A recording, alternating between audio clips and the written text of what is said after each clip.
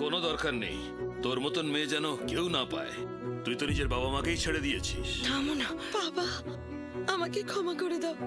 তোমরা জানো ওর জ্ঞান ফিরেছে। এইসব 2 ঘন্টা আগে হয়েছে। কি বললি? সত্যি বলছিস? আর জানো তোমরা, ওর জ্ঞান ফেরার পরেই ও আমাকে বলেছে যে ও আমাকে বিয়ে করতে চায়। তোর সঙ্গে বিয়ে করতে চায়? 10 বছর হয়ে গেছে, এবার তোর স্বপ্ন সত্যি হবে আমার সোনা মেয়ে। কি সত্যিই বললো?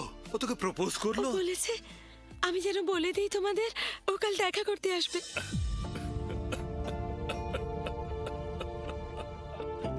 এতকাল বাদে আমি ওর সঙ্গে দেখা করব, ওর সাথে কথা বলবো। 10 বছর হয়ে গেছে। আমার মেয়ে কত সহ্য করেছে।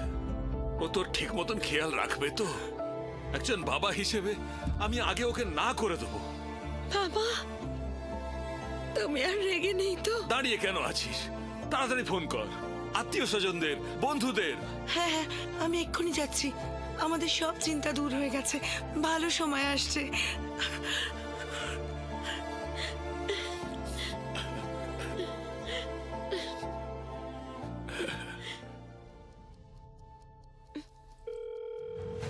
আমি একটা কথা বলতে চাই। হ্যালো বোন, কি হয়েছে? কি? তুমি ওই কোমায় থাকা ছেলেটাকে বিয়ে করবে? ও এখন আর কোমায় নেই, ওর জ্ঞান ফিরে এসেছে। কুনালের জ্ঞান ফিরে এসেছে। ওর জ্ঞান ফেরার পর ও বলেছে আমার মেয়েকে বিয়ে করতে চায়। ওই লোকটা কাল তোমার বাড়িতে আসছে, তো এতে আনন্দের কি আছে? কি সব ফালতু কথা। আমি যখন স্নেহাকে বললাম ওই সিই এর সঙ্গে দেখা করতে, তখন তো এতটা খুশি ছিল না। এখন এমন কি হয়ে গেল?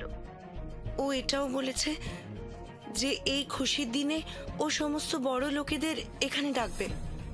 আর তুমি সেটা বিশ্বাসও করে নিলে। আমার মনে হয় তোমাদের পুরো পরিবার পুরোপুরি বোকা, আর সেই জন্যই তোমরা এত গরিব।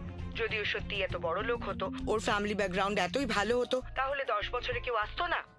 কাল আমি আমার স্বামীকেও সঙ্গে আনবো। ও হ্যাঁ, আমি তোমাকে বলতে ভুলেই গেছি, আমার স্বামী এখন জার্মানি গ্রুপের এমপ্লয়ি। তুমি ওই গ্রুপ সম্পর্কে তো জানোই, তাই না?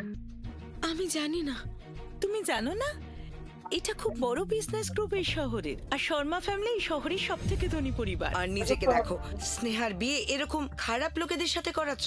ওখানে বিয়ে হলে ও তো শুধু কষ্টই পাবে। তুমি চাইলে আমি অন্য কারোর সাথে কথা বলবো। আমার পরিচিতদের মধ্যে সবাই খুব ধনী ব্যক্তি। এসবের কোনো দরকার নেই। আমি শুধু চাই যে যাই হোক, তুমি যা ভালো বোঝো। এখন আমি রাখছি। দ্যাট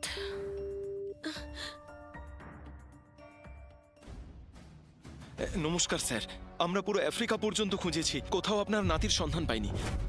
খুঁজতে থাকো। সারা পৃথিবীতে যদি খুঁজতে হয় তাও খোঁজো, কিন্তু আমার নাতিকে আমার জন্য খুঁজে নিয়ে এসো। ঠিক আছে স্যার।